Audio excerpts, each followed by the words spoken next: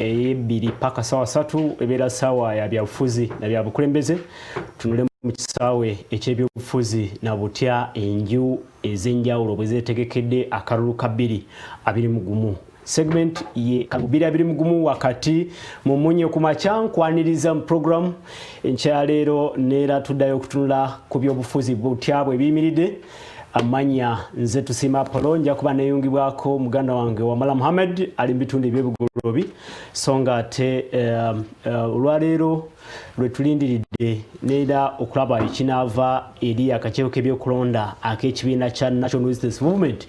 oluvannyuma lw'okusowagana okwaliwo mu kulonda akamyufu mu bitundu bya Lushenyi County mu Ntungamo District. Dr. Tango Doi yatukakasa nti olwaleero lwajja okusalawo ekyenkomeredde ku nsonga ya Honorable Mwesigwa Rukutana ne Honorable Naume Kabashalira embeera eyo etaali nungi naye olunaku mulindwa lwaleero bingi ebigenda maaso twalabyeko Lord Mayor Elias Kagonga launchinga mayorship bid okuddamu okukulembera ekibuga Kampala nga Lord Mayor songa ate n'ekibiina kya FDC nakyo kyatandikawo bakyalonchinga joint campaigns abesimbyewo kuba president okutaalaga eggwanga ababiri okuli omulongo wa Swabirigwa ne Honorable Patrick Oboya Amuriat okutambula eggwanga lino okufefeta n'okulaba nti bafuna obwagizi obulondawo omukwabo anavuganya ku kadi y'ekibiina ekigundivu ku ludda lw'opposition ekya Forum for Democratic Change FDC. Nkwaniriza mu program enkyaleero mugenyi wange y'omu ku bategeka okwesimbawo ku bukulembeze bw'eggwanga lino Mwami Joseph Kiza Kabuleeta ajja kubanga atubuulira oba atutunuza mu programu ze n'entegeka ze ez'oku labanga avuganya ku bukulembeze bwa eggwanga lino ku kifo ky'obwa president. Obutamala kadde nandyagadde ensale nzire erudde eri ebugolobi oba omugenyi wange Rwede nandisabye nti mulabeko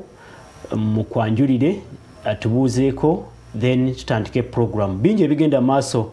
naye bwana Wamala Muhammad oli ku Soul TV live nsaba obuuze kuba tulaba ate ompe omugenyi wange. Yes, omula wa Soul TV nange nyongera okulamusaako na Joli osizota sebo osizota nyabo lunaku lwaleero tuli bugolobye eno tuli nayegwanyiza entebe nene y'obwa president okubeera omukulembeze w'eggwanga mu kalulu akajja wakati wa January ne February omwaka ogujja Joseph Kabuleeta abamu bamwita Kabuleeta naye nga pronunciation ennungi oba entuufu ajja batubuulira tumanyi nti Joseph Kabuleeta yegwanyiza entebe eyo tuli nayo olunaku lwaleero nenda kuba mukwasa akulamuseeko ate tutandikirawo ensonga zitulina atubuleye amaanyi gamuli luddawo okulabika nti ajja kukwata entebe eyo mu kulonda okujja kubanga y'omu ku aba 15 abaakamala okujjayo empapula ezo n'okugenda okunoonya obuwagizi abaana batuukiriza ebisaanyizo byonna bajja basunsulwamu ng'ennaku z'omwezi 2 n'ennaku z'omwezi 3 omwezi ogwa Novemba tetumanyi oba byonna bituukiriza naye tumwagaliza byonna bitambule bulungi. Mwami Kabuleeta mbadde nsaba olamuse abalabi n'abawuliza aba Soul TV tutandikirawo ate olunaku lwaleero. Mwenna abakeeredde ku Soul TV mwenna mbalamusiza mbagaliza obukuumi bwa Katonda n'olunaku lwagendere bulungi olwaleero engeri gye mukedde nange ne Soul TV ndooza obukuumi bwa Katonda mbubiina n'olwekyo mbagaliza olunaku olulungi. Erinnya lye Kabuleeta bwe tulyogera mu lwaffe Kabuleeta kitegeeza omuntu alina byaleeta.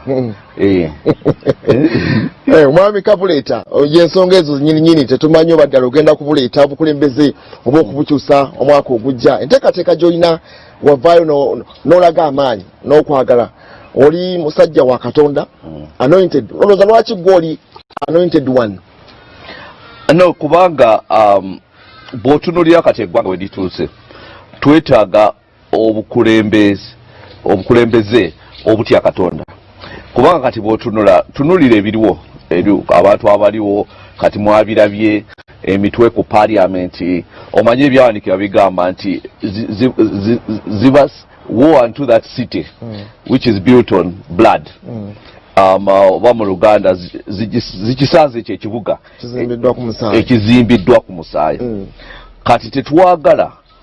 kitebe kyaffe kikulu ekisalawo amateeka g'eggwanga okubanga abantu batwalayo abantu okubasaddaaka. Ate tekizze buzzi okubanga akalulu kajja okulaba nti kati bino ebintu bitandise okujja, because tukimanyi nti buli myaka 5 abantu abasinga okubeera bize be bantu abasawo abo n'ekinansi, lwakuba abantu balowoozebwa nti tosobola kufuuka mukulembeze wa ggwanga nga tosoose genda eyo. Era nabo obawulira oluusi nga bayo n'agamba nti tosobola kufuuka president nga tosoose kujja. Kati ekiseera ekyo kigenda kiggwako. Mwami Kabuleeta, tuyinza kugenda ku nsonga eyo kubanga ekyo bakyagenda maaso okunoonyereza. Kyeŋŋamba kiri bwe kiti, sinnagamba nti oba badde balina gwe baguleetera n'ekyo tumanyi badde baguteeta mu parliament, ekyo tekyetaaga kubuuza. Kati gwe babadde baguleetera ebyo tebinkwatako, naye nga kyengezaako kugamba nti buli mugigi buli myaka 5 akalulu nga bwe kajja abantu nga bagenda abantu nga balanga era bibadde basinga okukola. Kyengezaako kuga nti ogwo omugigi guweddewo.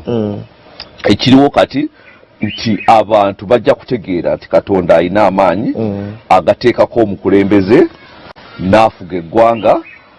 so abantu n'olw'ensonga eyo baleme kulowooza nti balina kugenda kukola bintu bive ng'ebyo,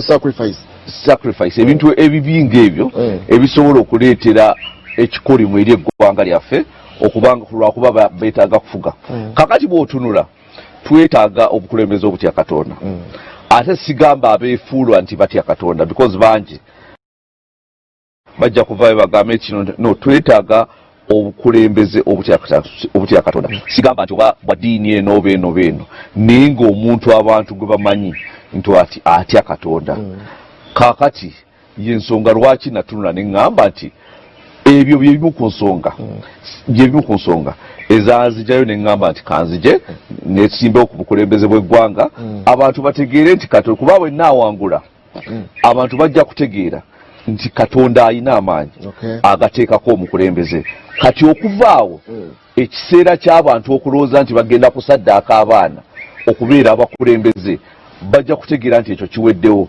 kubanga eggwanga lyaffe lirina gye ligenda. Tetusobola kulowooza nti tugenda kubeera n'emikisa gya Katonda ate nga abantu abatufuga bakola ebintu ebiringa ebyo.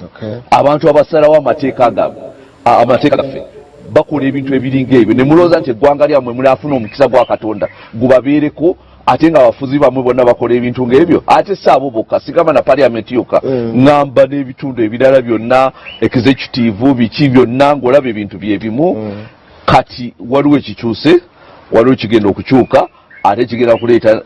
waliwo ekigenda okujja, ate agenda kireeta, bamuyita Kabuleeta. Mwami Kabuleeta, ku nsonga ennyinini abantu abangi bali eyo, bannayuganda bagamba nti ostandinga for presidency kuwangula oba oyagala kwongerako profile yo nti naawe waliko ku register oba ku kalulu k'eggwanga. Abangi tebakutegeera bulungi. Kati abantu abatantegeera sisobola Kabuleeta kuyingira kalulu nga siraba ngenda kawangula. Owulidde? Ate nze ngenda kawangula, ndi 100% sure ngenda kawangula. By the way, ndi 10 ku 10 confident nti ngenda kawangula. Kati nalibadde singa first of all ebintu abantu presidential aspirant byayitamu just okusigala nga oli ku mulamwa okubye kino sente z'okozesa na buli kimu kugamba tojja mu kintu kino kunoonya relevance. Ate nze Kabuleeta sinoonya relevance. Okitegeera, I'm beyond that nti noonya kati profile yange eri very good with her. By the way, seetaaga na gundi naye Kabuleeta gwe mulaba tasobola kuyingira kintu nga talabye path gyagenda kuyitamu kukiwangula. Era njagala abawuliriza wano balinde olunaku balabe oba sinze ajja okubeera president. Batunule balabe oba sinze. Bwe mbanga sinze, then maybe nali nyingidde kukola ki. Naye gatunule tulabe. Because waliwo abantu abalina endowooza yaabwe nti abo bwe yakutumbula linnya lyo oba biki. Kati okutumbula erinnya lyange ku myaka ejange sikyakola bintu ebiringa ebyo ebyo by'abaana bato siri babayita batya sire queen nti njagala sire king ndi pastor ndi musajja wa Katonda okutumbula erinnya lyange tekirina kyekiŋŋa actually mu byembadde nkola okutumbula erinnya lyange nali badde nkuba crusade oba nkuba olukuŋŋaana mu layini eyo so sikuyingira presidential ate bingi nnyo bye naali badde sobola okukola singa mbadde n'obwongo obutono ng'obwo nti nsobola okutuula ne ntandika okulowooza nti nja kutumbula linnya lyange naye sirina kindeese ne message endeese kuba kati bw'otunula abantu bonna abazze bw'otunulira abantu bye boogerako nze natandika okwogera financial liberation ensonga y'essente and what kati buli omu n'atandika okunkopa ne pulezidenti yennyini yatandika n'atandika okunkopa myaka wennyini tugenda kwetako mu studio eri upload sime anaabeeko ensonga zakubuza tugenda tandika wennyini pulezidenti yakoppa atya era gwe amaanyi ogenda gajja okulabika nti ogenda sigukulula watugamba sealing ogenda kusula sealing yonna omwaka ogujja tulinze ennaku z'omwezi nga 8 tujja batutegedde oba sealing ogudde nayo oba ogisudde katudde mu studio katono nnyo ate eri upload sime agende maaso okubaako ate ensonga naye zakwasaganya ne mwami Kabuleeta olunaku lwaleero. Alright, tweyanza Sebo Nyabo ali ku Soul TV naye nteekwa kwebaza Joseph. Thank you so much for joining us this morning. Webale tweyungako enkyaleero tugenda maaso ne program. Mr. Joseph, leka tugende ku nsonga yennyini mpozi osooka otegeeze abatulaba n'abatuuliriza entegeka zo zituuseewa weetegese otya then tulyoke tugende ku basics ne ekinyusi kya programu yo n'omulama gwennyini ogwa rock gwe watwanjulira ebiseera ebiyiseeko awo sooka otegeeza abantu programu zo kati zituuseewa oli ku kikati. Programu zange zibadde zitambula bulungi nnyo waliwo ebitundu bingi eby'eggwanga bye ŋŋenzeemu of course osanga obuzibu bungi nnyo kubanga waliwo ebitundu ebimu by'ogendako nga wasasula radio ne bakuwa ne risiiti n'otuukayo nga babakubidde essimu ne bagaa temukkiriza musajja oyo kwogera kati ne bakuteerawo obuzibu bungi nnyo otubadde nabyo ebyo byonna bibeerawo because bamanyi nti buli ampuliriza bwe mbeera ku radio 2 hours abantu ne bampuliriza bonna n'abaali basazeewo okubaako n'ekyo balonda bonna bakyuka kubanga tewali asonsola nsonga ze zindeese nga Kabuleeta taliyo kati y'ensonga lwaki nti bagezaako okuggalawo emikutu gino gyonna platforms zino zonna okubanga toyogera eri abantu because bw'oyogera eri abantu obazzaamu essuubi because abantu abasinga baggwamu essuubi juzi nali ntunula for instance nga ntunula nti abantu abali mu diaspora bannayuganda nga bagamba nti 60 oba 70% baggwamu essuubi Uganda tegenda kutereera twabivuddeko katusigale eno gye tuli naye bw'oyogera eri abantu bw'obalaba nti eggwanga ligenda kutereera ate ligenda kutereera ddala gino emyaka gino gijja kuyitawo tugyerabire nti gyaliwo nga tugenze mu kiseera ekirungi fena kyetusuubira eggwanga ate ebintu Katonda byatuwabye so ezo ensonga zino zetubadde tugenda tubuulira abantu tutambudde ebitundu eby'eggwanga byonna by the way ebisinga okujjako ebimu tubadde tetuli upfront nga tulabikibwa naye nga tubadde tumiitinga abantu abatukolera campaign naye kati ebisinga tugenda kutandika okugendayo kati mu lujjudde okwogera eri abantu n'ebintu ebiringeyo naye nga bwe mukimanyi baatusiba emikono ne batusiba n'amagulu kati ne batulekera radio kati ate nazo omanyi tebabakubira ne babagaa nti temukkiriza wansi temulamula wansi wa miliyoni 2 abantu okujja wano aba opposition okwogera ku radio ate nga radio ezisinga bananyinizo era bantu ba movement so n'ebyo tuyitamu neera still tujja kgenda mu maaso kubanga waliwo ekintu Katonda kyatutadde mu maaso ng'eggwanga kyetulaba nti tugenda kutumbula embeera y'abantu ey'ebyenfuna abantu bagenda kufuna ku ssente abantu bagenda kweyagalirako mu ggwanga lyabwe n'abali ebweru so kyengezaako okugamba omwami ali mu studio nti ffe entegeka yaffe etambula bulungi nnyo tugenda tutambula tuli ku speedi ey'ekimpowooza oluusi ebintu ebyetukola tebiteekera kuyitimuka nnyo kubeera eyo naye ate eyo si ewali obululu tumanyi gye buli era gye tubukimye eyo kyekibuzo ky'ombuziza Sefu. Katono nnyo nandisabye Mr. Joseph oyogereko ku mulamwa gwo gwa financial liberation bwe wagwanjula luli abantu aba bulijjo obaoliawo bayinza okuba tebagufuna bulungi tagululamuko awo tubuulire ku mulamwa gwa financial liberation otegeeza ki ate ogenda kikola otya kituukirizibwa kitya mu mbeera omulamwa ogwa financial liberation kitegeeza nti waliwo ebintu ebyasibibwa because omuntu yenna yeetaaga liberation kitegeeza ali busibe kati obusibe abantu ba Uganda bwe baddemu kusingira ddala bubadde bwa byanfuna kubanga abantu bakimanyi bulungi nnyo nga bwe nayogera era ng'ono omwami bw'ayogedde nti wabeerawo siiringi gy'omanyi nti bw'otuuka wano toyina kukomaawo kasita otuuka awo bano batandika okukimako ne bano bakukimako era abantu bangi babimanyi abasuubuzi babimanyi abantu ba bulijjo babimanyi waliwo bizinesi ezimu zitandika okuvaayo abantu ne batandika okufuna ku ssente abanene kasita bajja ne bakitabangula byonna babikoze kati kankuwa ekyokulabirako ekyajjuuzi wano bayisiza etteeka ly'emmwanyi kati etteeka ly'emmwanyi abantu abagula emmwanyi balina okubeera ne layisensi abantu abalima emmwanyi ettaka lyabwe balina kusooka ddirambula kakati n'ogamba ekyo kisolvinga kizibu ki naye ensonga eriwo gye baagala okuteekawo nti kati abalima emmwanyi balina ziguza muntu alina layisensi atunda emmwanyi layisensi abaziina abantu baabwe kati amakulu gaakyo sente zonna ezigenda industry nayo baagisse nga bwe batta endala ez'ebikajjo baazita abava eyo amasindi gye balima ebikajjo oba ebusoga bamanyi industry z'ebikajjo baazita batya layisensi omuntu alima ebikajjo talina layisensi kubitunda alina layisensi ajja n'amuwa sente z'ayagala kati ate n'ekyemmwanyi baataddewo netteeka nti bw'otema emiti gyo egy'emmwanyi bakusiba emyaka ebiri kati olaba nti buli kimu kati abantu bakimanyi tewali muntu ali awo bweru atamanyi nti waliwo wootoyinza kutuuka mu bigambo by'enfuna wano mu Uganda abalina bizinesi abasinga bazifiiriddwa abamu bwogeza n'owagirako owoopposition toddamu kufuna ku ssente bajja ne bakugwako ng'enjuki ne basaanyawo ssente zo so kati kyetugezaako okugamba abantu bakozi abannayuganda abantu bayiiya bannayuganda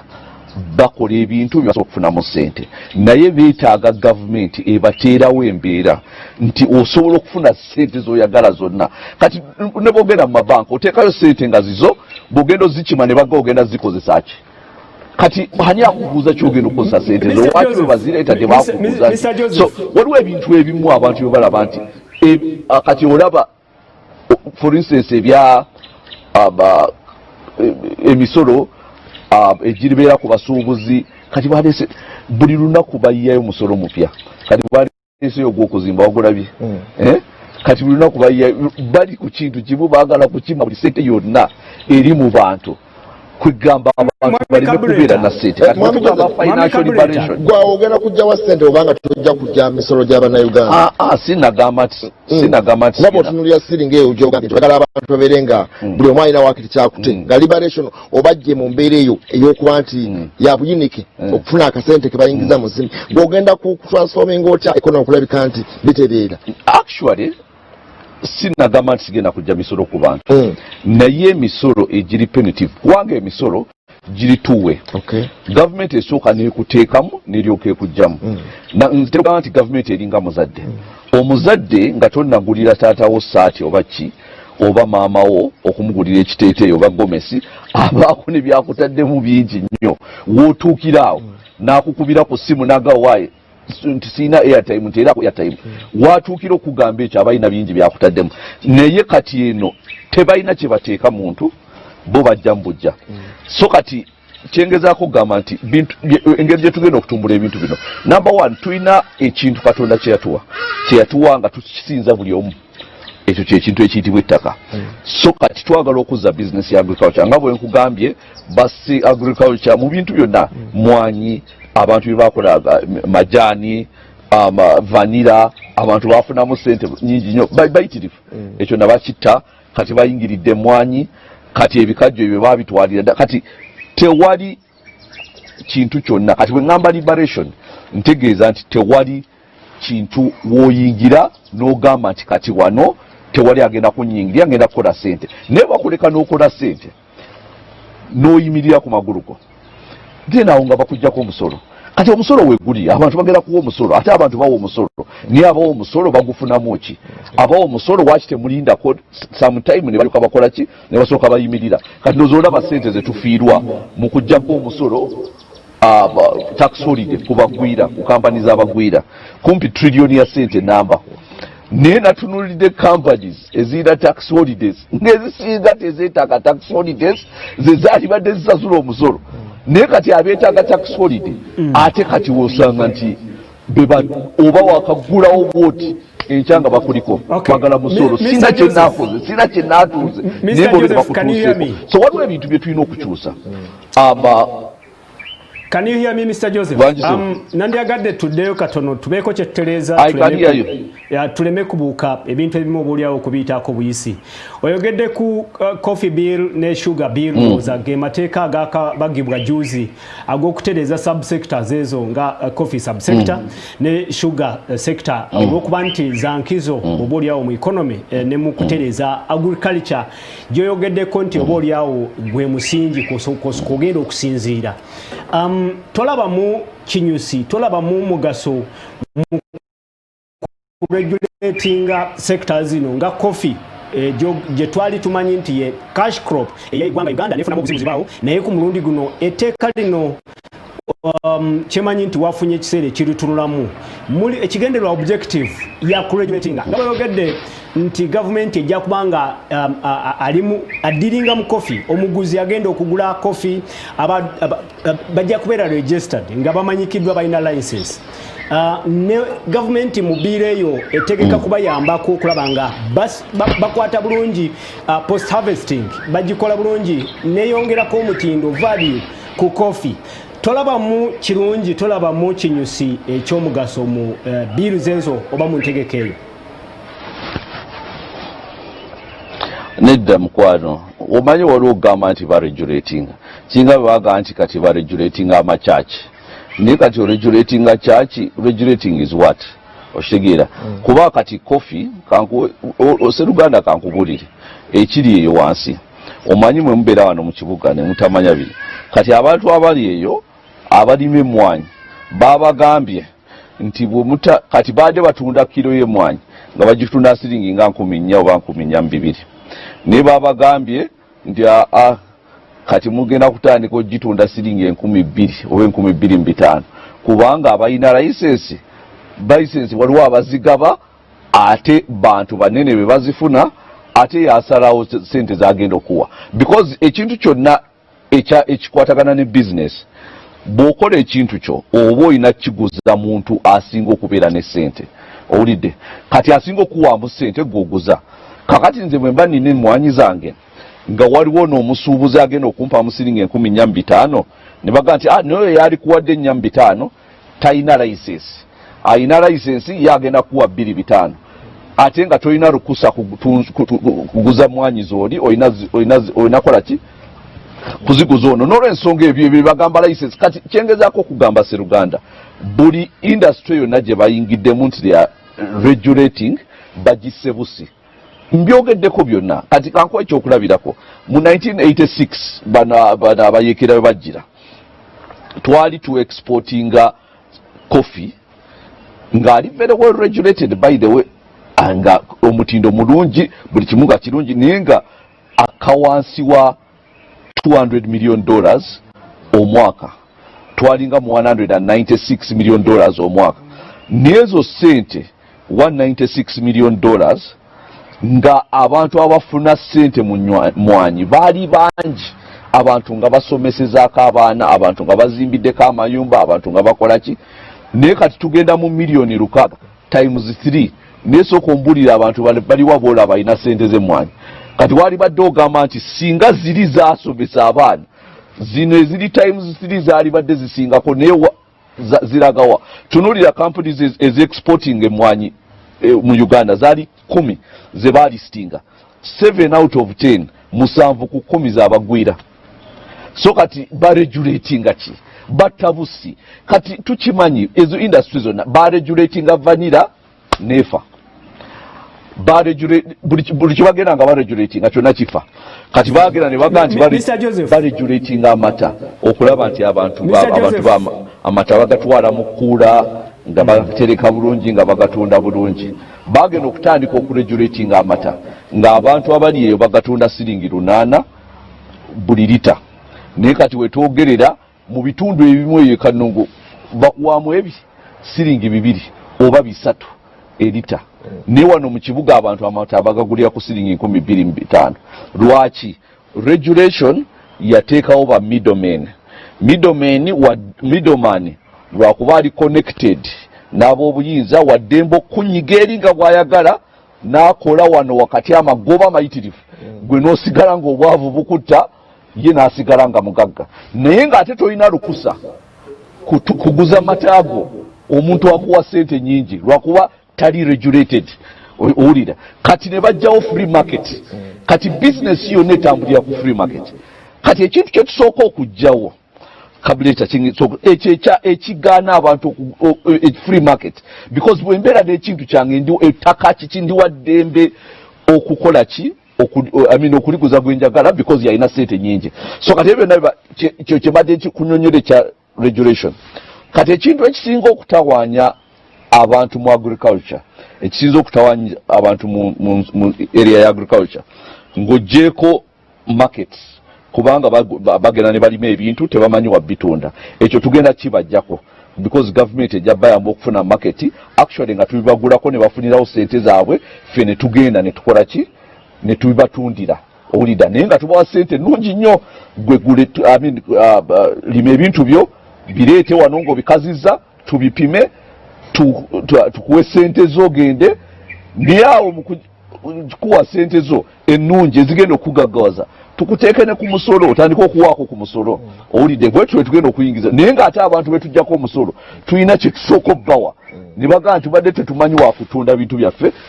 tubikuguziza kati ekyo tukibajjeko so ekyo number 1 kye tugenda okusooka okukola abantu basobole okufuna sente ekyo kyokka mu mwaka gumu gwokka bwe guti ng'obajjeeko badeni y'akatale n'obabuulira ebintu bye balina okulima okusinzira katale k'ensi ebintu bye muyinako market ne tugala tulina market ya kino n'olwekyo abantu beeno mugende mulime kino kati bagenda ne bakirima newo kibagulako ku ssente nnungi n'ogera n'okitunda bo nga bafunirawo ssente zaabwe kati gavumenti bw'erema okitunda loosi ebeera ya gavumenti tebeera yaki ya mulimi lwakuba tetwagala mulimu akole ki agwemu maanyi kati linda katono ne problem number 1 eya agriculture land grabbing because kati waliwo ebitundu byengenzeemu Joseph, we must go for a break. Please hold it there and when we return bwetubanga tukomyewo wetujja okutandikira naye bwetuba tukomyewo Joseph Nandyagadde oyogedde ku free economy omuli forces of demand and supply nga byebivuga economy naye ate noyogera ku government bwegenda okuyambako abasuubuzi okukuŋŋaanya ebirime ate bonge ebawa ssente then nga yo yebitunda simanyi obaawo oba ebyo bibiri bikwatagana naye Nandyagadde neera nkuwa ekyokulabirako ku regulation kuba ogambye nti regulation oba oliawo teyeetaagisa twalabyeko ku nsonga y'ennyanja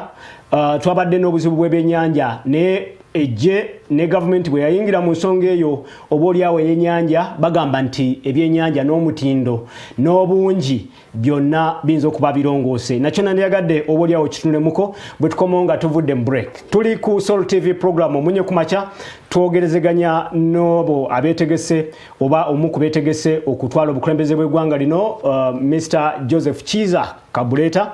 yes tumumanyinga veteran journalist naye ate mubuulizi wa njiri so nga ate ku mulundi guno oba oliawo yalabye nti waliwo ebyetaagisa okukyusibwa ng'ali mu bukulembeze ategeka kwesimbawo okuba president tukomawo oli ku Soul TV tovaawo tugenda mu maaso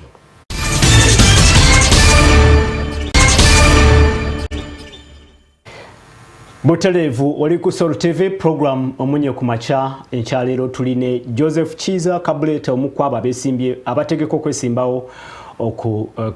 okuvuganya ku bukulembeze bw'eggwanga Uganda mu mwaka 2021.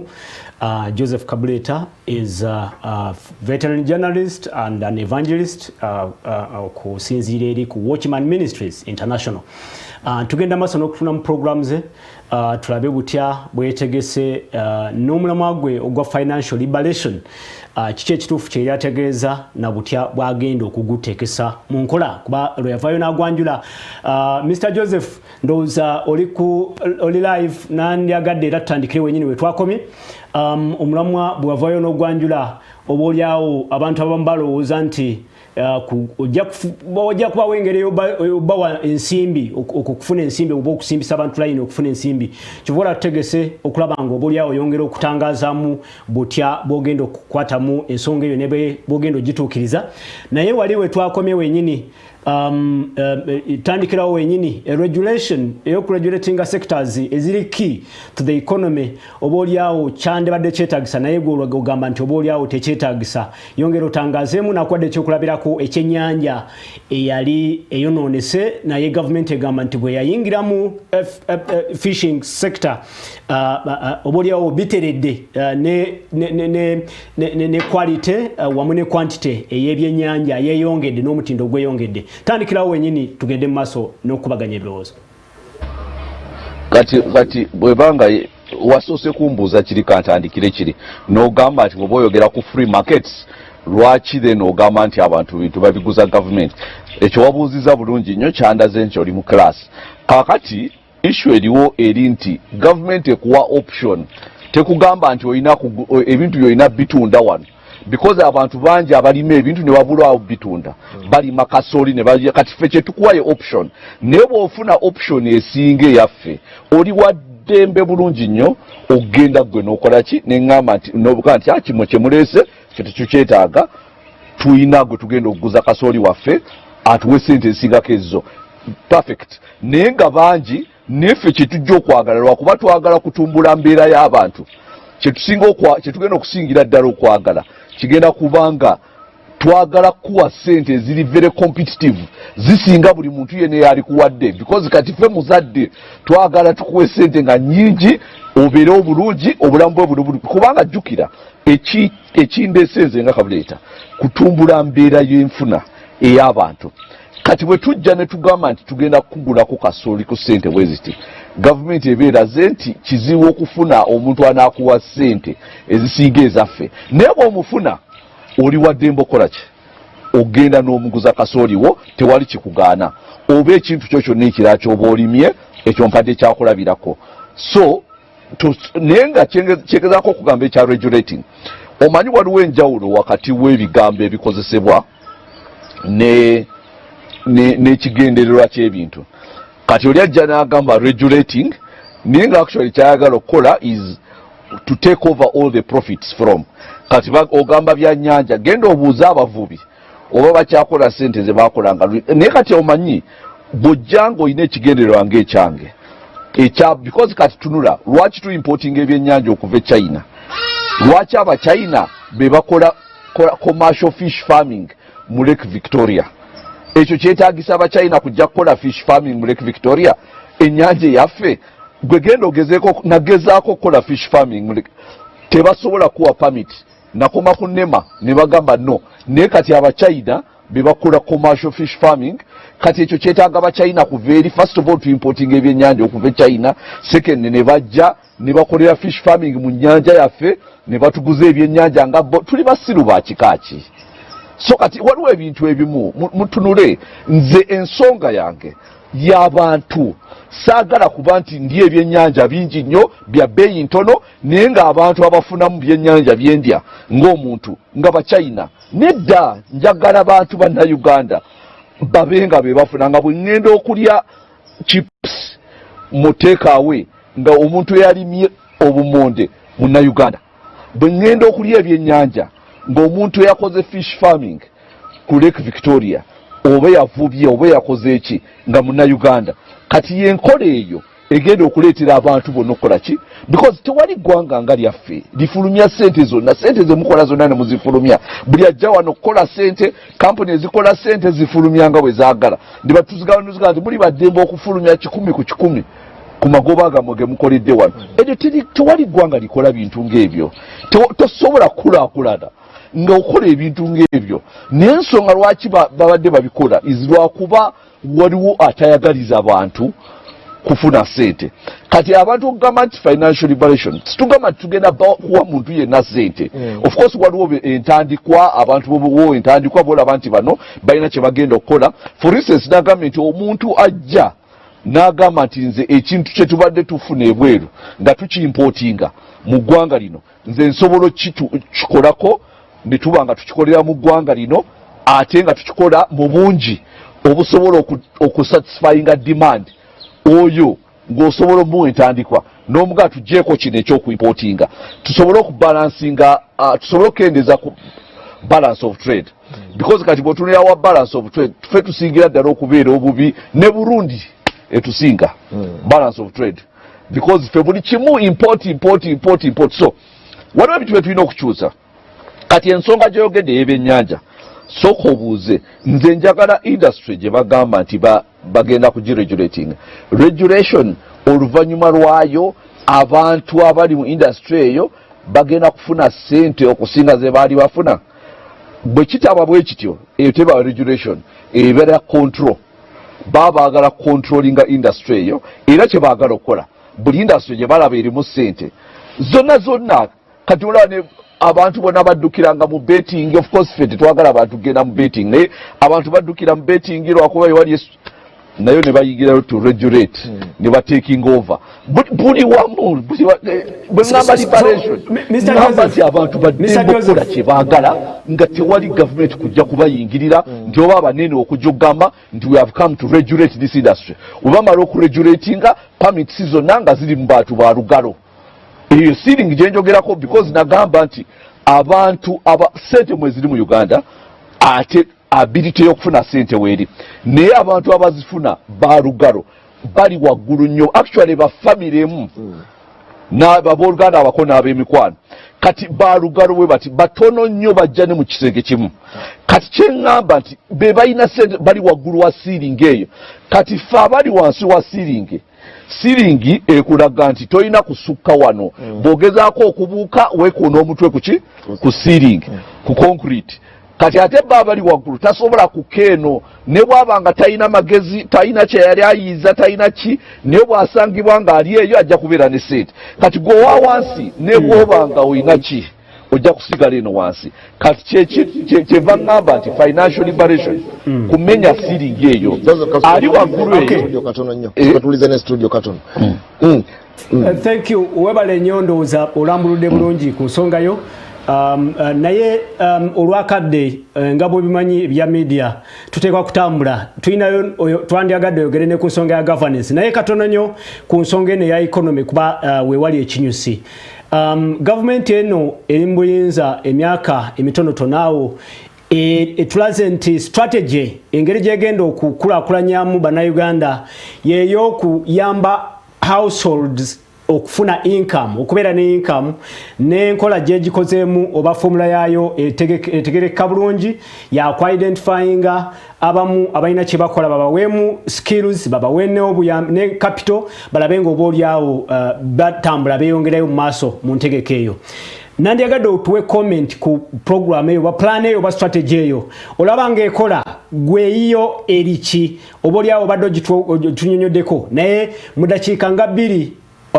nga tugenda ku nsonga ya governance tubuulire gulaba otya master plan ne strategy ya government eno nga bwe batugambye nti ku increasing household income then eggwanga lyonna lifunemu omulundi gumu.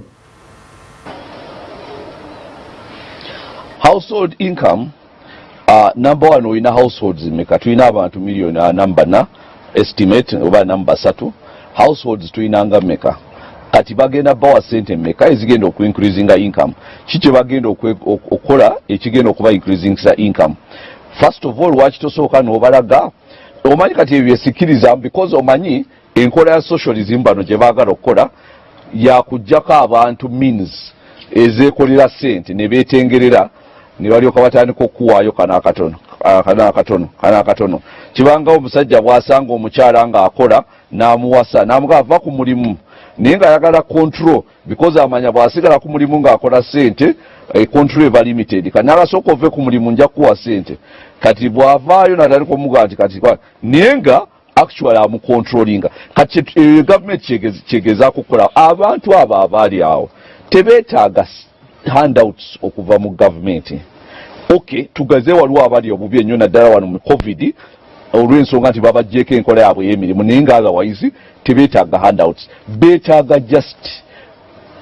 kubo nga weeriri awo. Kati kwankuwa ekyokulabirako kati ffe tubadde tugenda ne tukola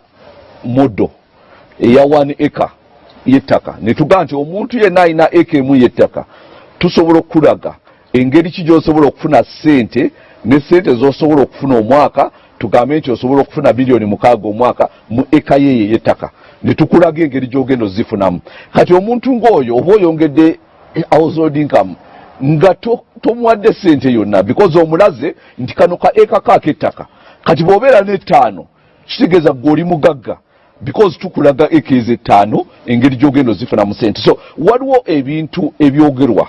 ate eno gavumenti ye expert mu kwogera ekintu kimu ne bakola ekirala. Owulidde kati boogera ku nsonga ya simanyi obwowulira ng'agamba nti tugenda kukola kino gwe manya nti agenda kukola opposite. Ffe tusinga okwogera ku anti-corruption, ffe tusinga okubeera n'amateeka agalwanyisa corruption naye ate bw'otunuulira amawanga agali corrupt mu nsi ffe tusingira ddala tuli waggulu mu bali waggulu ennyo naye ate bw'otunuulira amateeka agalwanyisa corruption ate tuli bulungi nnyo. So ffe number 1 mu kwogera but number Z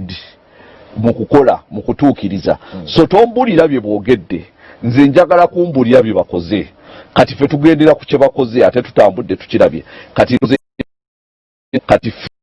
embeera yabo kutandika wahanda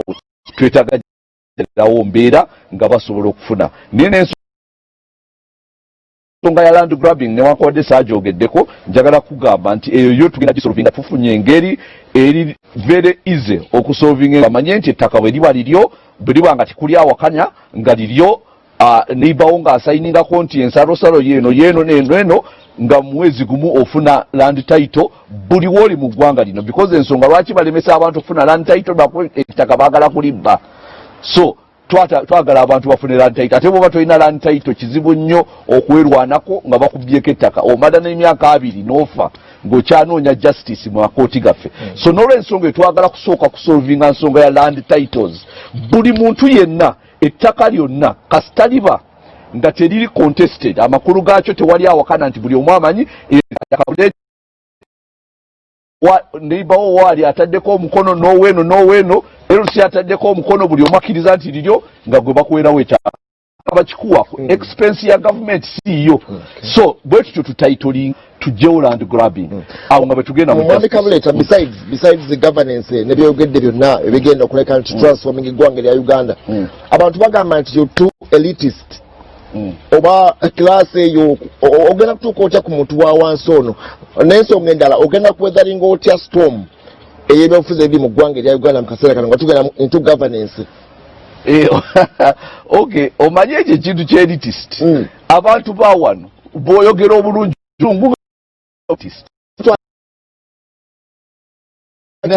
tatawanyako eyeesimbawoko ku byobufuzi omwaka akaluka 2016 sooka biveeko ebyo bw'oyo elitist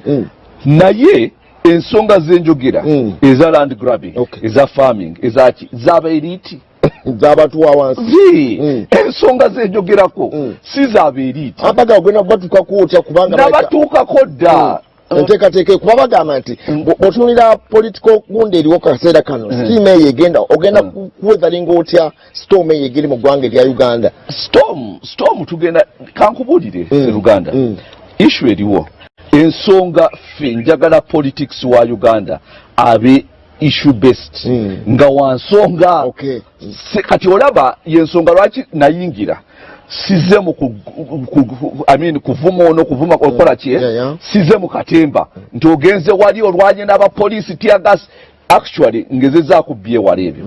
njagala issue ebeere ya the politics the issue wansonga kati zezine ensonga z'ennambulula kati njagala omuntu ampulire asalewo okumpa akalulo okusinziira ku bintu byampulirako kati ate ensonga zenyi oli elitist lwakuba onsanzemu abantu bagamba onsanzemu sababu gyonsanzemu ogamba ndi elitist olwokuba abantu bakungoba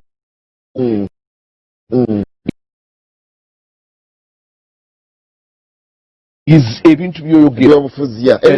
byoyogera politics gw'oleeta gw'abantu abali elite actually tewali muntu yenna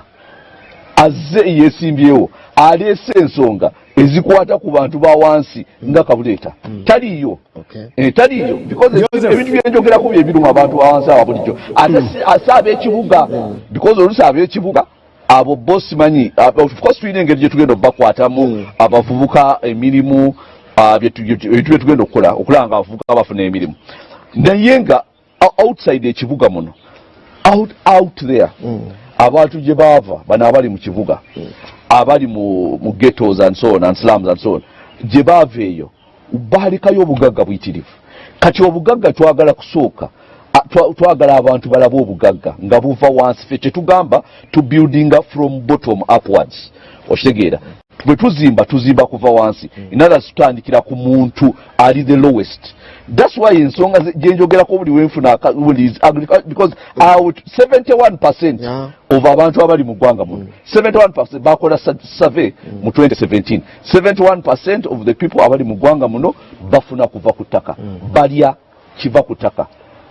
So abo 71% bwe tutandika nabo kati 70% endala yaba youth kati abo youth nabo tubakwateko mu ngeri yaabwe abali mu bibuga tumanyi tugenda obakolera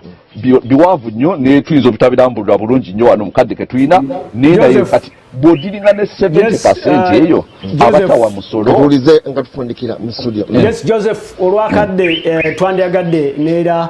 waliwo ensonga gyotasobola kuva ku mpewo nga tokonyeeko ku nsonga ya governance y'ensonga ya monetization of politics nti ebyobufuzi bifuuliddwa ebyensimbi oba biteekeddwamu kati ensimbi nnyingi nnyo oba oliawo batugamba nti kyekireseewo n'embeera eno gye tulabye ey'abantu abafiirawo okulaba nti bayingira offices z'ebyobufuzi. Twandisabye mu ddakiika bbiri zokka otubuulire gwe ensonga eyo ogyogerako ki otegeka kugikwasaganya otya mu mbeera eyo? Kati ebyobufuzi ensonga lwaki bibadde monetized obanga biyingiddemu ssente nnyingi nnyo olw'okuba ye politics wa Museveni gwaleese wano abantu abali mu byalo eyo bagamba boogera ensonga emu ne bagamba nti okulaba omufuzi wano tubalaba oluvannyuma lw'emyaka 5 we tuddamu okulaba omufuzi wano okujja mu bitundu bino ebyaffe waliwo ebitundu bye ŋŋenzemu ne bagaa kati twalaba abantu bajja ne bakuba campaign tebadda bakomawo oluvannyuma myaka 5 lwaki olw'okuba n'olw'ensonga eyo olw'okuba omuntu ono amanye nti bw'ojja wano bw'ova wano tewali kyogenda kunkolera ng'otuuse eri tewali kyengenda kufunamu ng'otuuse eri tewali polisi yonna gy'ogenda kuleeta egenda kungaggawaza n'olw'ensonga eyo nkufunidde wano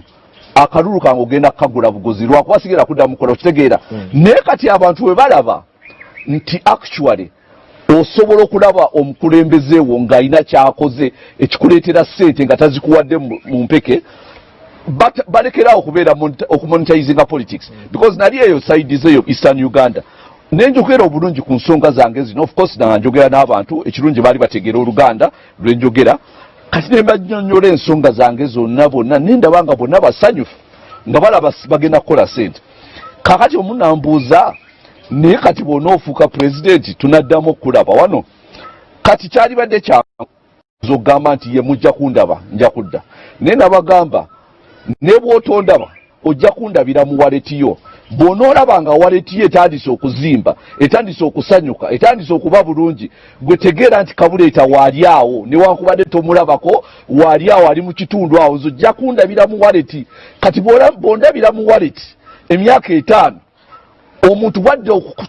ne bw'aba MP n'akikomawo ng'ayagala kaluluko ojja kuba tukyomusaba ssente ojja mugamba kikyogenda okutukolera ffe abawano okwekolera ssente lwakuba takusanze ng'oli bubi nnyo olwedde okoze ssente emyaka 5 waletiyo nsanyufu kati omuntu alina kumatiza bwongo bwo ekireetera abantu okumonetizinga politics bwavu